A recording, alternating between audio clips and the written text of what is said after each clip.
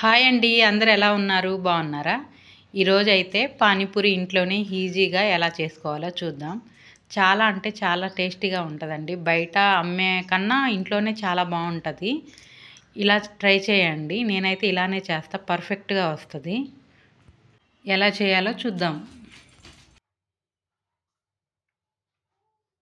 First అయితే ఒక గిన్నెలో ఒక 3 అవర్స్ ముందే బఠానీలు కొంచెం పచ్చిపప్పు వేసి నానబెట్టేసుకోవాలండి. బాగా నానితే పప్పు మెత్తగా ఉడికిపోతుంది. అలాగే ఒక 30 మినిట్స్ ముందు ఒక నిమ్మకాయ సైజ్ అంతా చింతపండు నానబెట్టుకోవాలి. ఫస్ట్ అయితే పానీపూరిలో రసం కోసం కొంచెం కొత్తిమీర, కొంచెం పుదీనా, 1 పచ్చిమిర్చి, కొంచెం అల్లం ముక్క, కొంచెం బ్లాక్ సాల్ట్, కొంచెం నార్మల్ సాల్ట్ వేసి బాగా మిక్సీ పట్టేసుకోవాలండి. చూస్తున్నారు కదా, అన్నీ వేసేసి మిక్సీ పట్టాలి. మిక్సీ పట్టిన తర్వాత మనం నానబెట్టుకున్న చింతపండుని నేను డైరెక్ట్గా వేసి మిక్సీ చేస్తానండి, మెత్తగా ఉంటుందని. ఇలా అయితే బాగుంటుంది. అదంతా ఒక గిన్నెలోకి ట్రాన్స్ఫర్ చేసుకొని సరిపడా వాటర్ పోసుకోవాలి.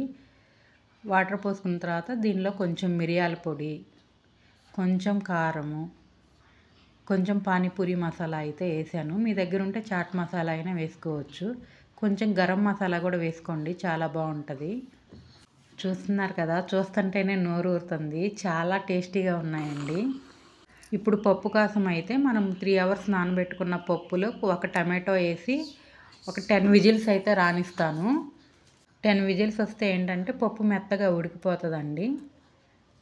చూస్తున్నారు కదా ఎంత మెత్తగా ఉడికిందో. దీంట్లోనే కొంచెం బ్లాక్ సాల్ట్, కొంచెం నార్మల్ సాల్ట్, కొంచెం పానీపూరి మసాలా, కొంచెం గరం మసాలా, కొంచెం కారము, కొంచెం మిరియాల పొడి వేసి మెత్తగా స్మాష్ చేసుకొని దానిలో కొంచెం కొత్తిమీర వేసుకొని పక్కన పెట్టేసుకోవాలి.